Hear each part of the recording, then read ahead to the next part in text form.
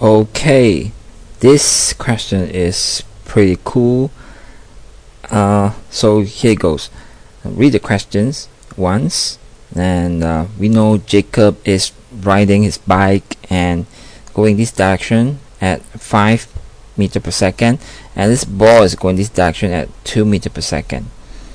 So we're not going to use this piece of information about traveling left right now, but first look at this. This is there are two triangles. They're not easy if we use two triangles. You can notice just one triangle here, and then there's another triangle.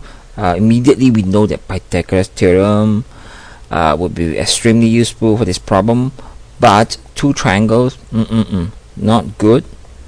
So let me erase this and start again.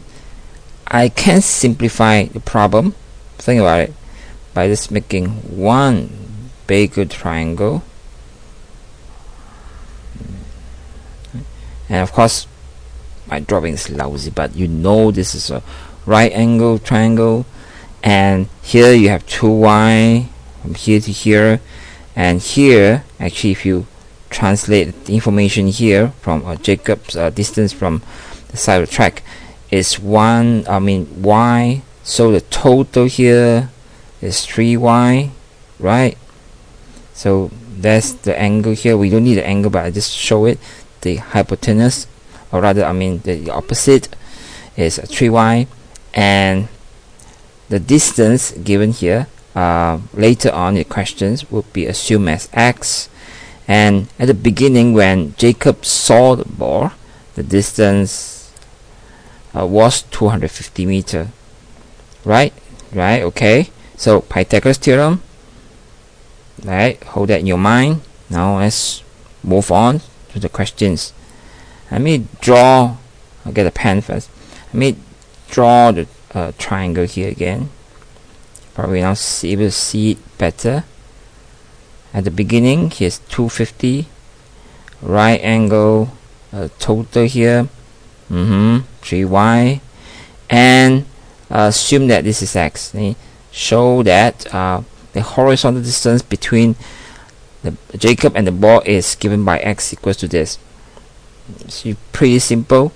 Pythagoras theorem, you know that x squared plus 3y squared is equal to 250 squared. Immediately you know that just some algebraic manipulations will get you what you need. Do not square this, just keep the 250 in this form. You have a 9y squared, and then plus minus, this is always a case, guys, you must remember it's always plus minus. However, this is a real application, and hence negative distance has no meaning here, so we just take the positive expression, and well, might as well just erase this, right? And then this is your answer, then voila, shown.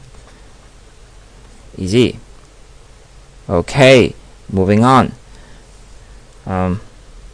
Next part. Moving on. Let me get a pen again.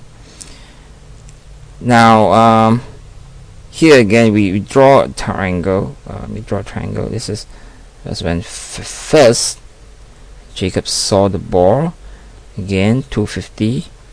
We shown that the x here is x equals to square root of 250 square minus what 9y square, right? This is horizontal initially, that's initially, and this 3y. Now what is going to happen is that, and as they travel, let me get something here, right? As they travel, they're going this direction, 2 meters per second, 5 meters per second. Now imagine this idea. Now I'm standing at this wall here, I'm looking from the top, and you standing at this wall, right? You have with more hair, I don't have much, and I walk to this direction at 2 meters per second, and you walking to this direction 1 meter per second, suppose, and the distance between us, the two walls, is 100 meters. So what happens? Say after 1 second, I be like 2 meters from the wall, and you'll be like 1 meter from the wall. And what's our distance then? Yeah, so our distance between us will be, this distance between us, here will be 100 times my distance I travel, and your distance will be 97. And how about after 2 seconds? And the same thing, I travel what, 4, because I traveled 2 meters per second, and you travel 2 meter, and so you take 100 minus 4 minus 2, and so on. But we want to generalize the formula. So basically, the distance between us is this distance, total distance initially, subtracting my speed times time 2t, and your speed times time.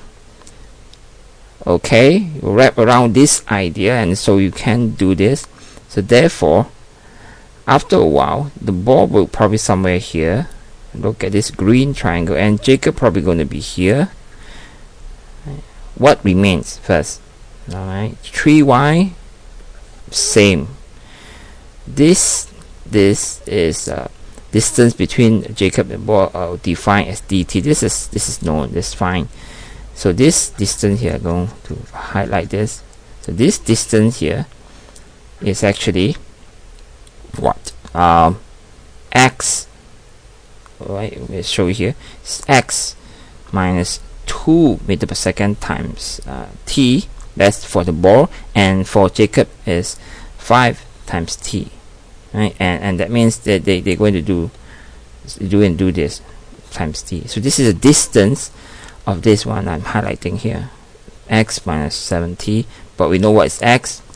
So therefore, by Pythagoras theorems again, 3y square plus x minus 7t square, right, equal to the function dt holding square, right, and therefore you get 9y square here.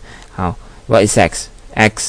No, the one in red, notice, is the square root of 250 square. I'm not going to do much of the algebraic calculation manipulations.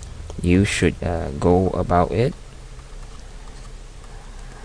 right? And you expand this, and I bet you, with all the money I have on my table right now, not much, I know, would definitely get what you need. 250 square minus 14t, and 250 square minus 9y square plus 49t square.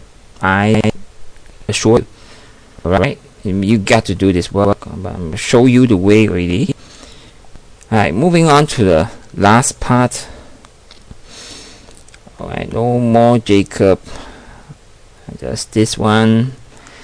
Let dt be the distance. This was from the previous questions. I copied this because I need the equation.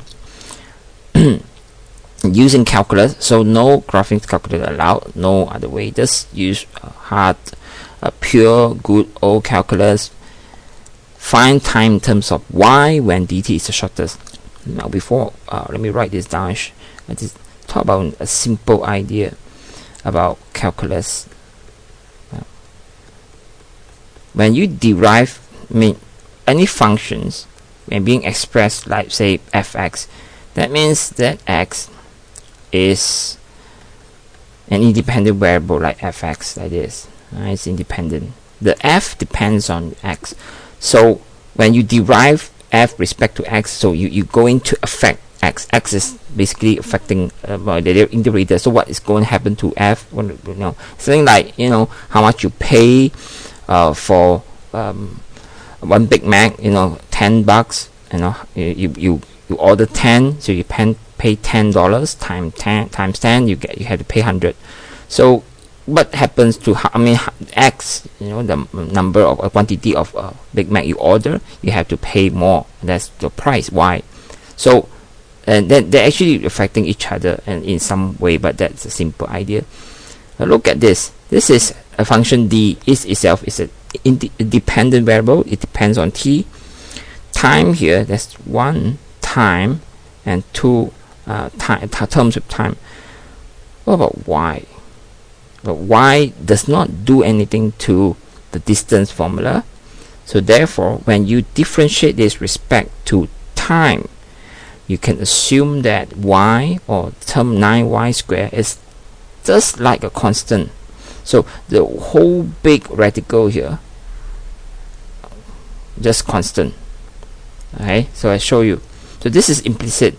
You're going to do the left hand side like this is a chain rule. So this 2 dt, alright, and this is 2 minus 1, and you need to, this is implicit, so this is d dt over dt.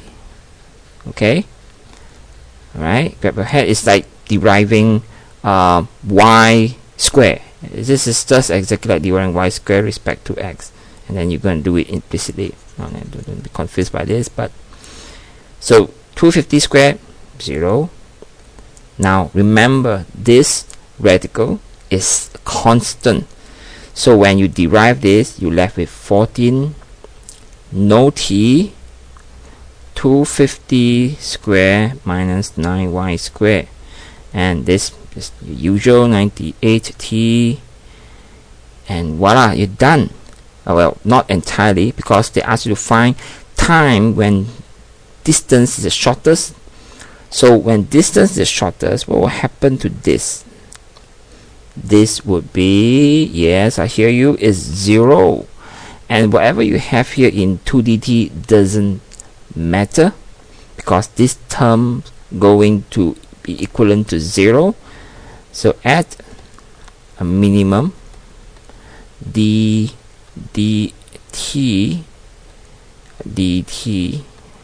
right, is 0.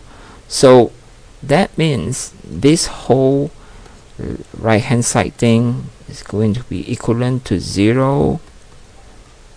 And alright, don't tell me you can't do this right now.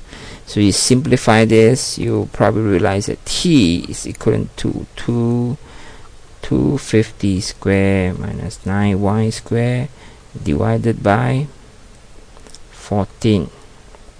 Right? Isn't it cool?